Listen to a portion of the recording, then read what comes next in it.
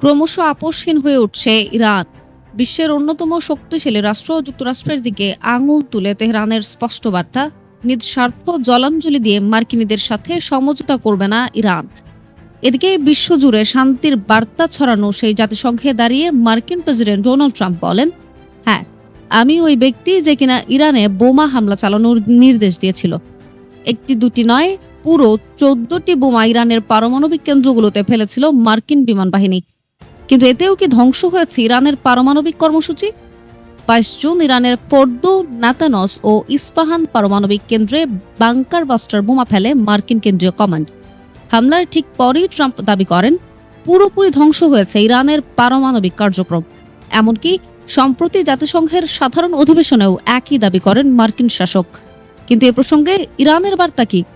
ইরানের জাতীয় নিরাপত্তা কাউন্সিলের প্রধান আলী লারিজানি সম্প্রতি বলেছেন, আমাদের পারমাণবিক কর্মসূচি ধ্বংস করা যাবে না। একবার প্রযুক্তি আবিষ্কৃত হলে তা কেড়ে নেওয়া যায় না। এটি যে কোনো সময় পুনর্নির্মাণ সম্ভব।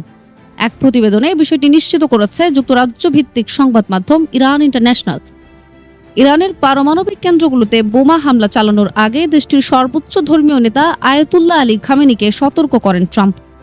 সেই সতর্ক বার্তায় ট্রাম্প জানান, যুক্তরাষ্ট্রের সাথে হয় আপোষ করে পারমাণবিক কার্যক্রম বন্ধ করুন, নয়তো বিকল্প ব্যবস্থা গ্রহণ করবে হোয়াইট হাউস।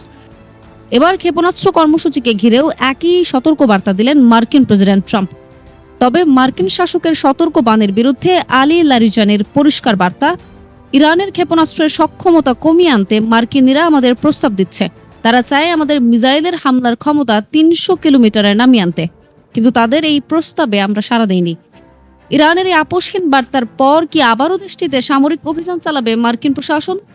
যুক্তরাষ্ট্রের পরবর্তী হামলার বিষয়ে এখনো পর্যন্ত তেমন কোনো আভাস পাওয়া যায়নি। তবুও শত্রুদের বিরুদ্ধে প্রতিরক্ষা প্রস্তুতি নিচ্ছে ইরান।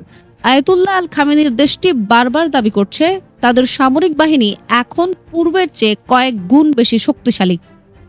সুমাইয়া আক্তার, তালাশ পিডি, ডেস্ক রিপোর্ট।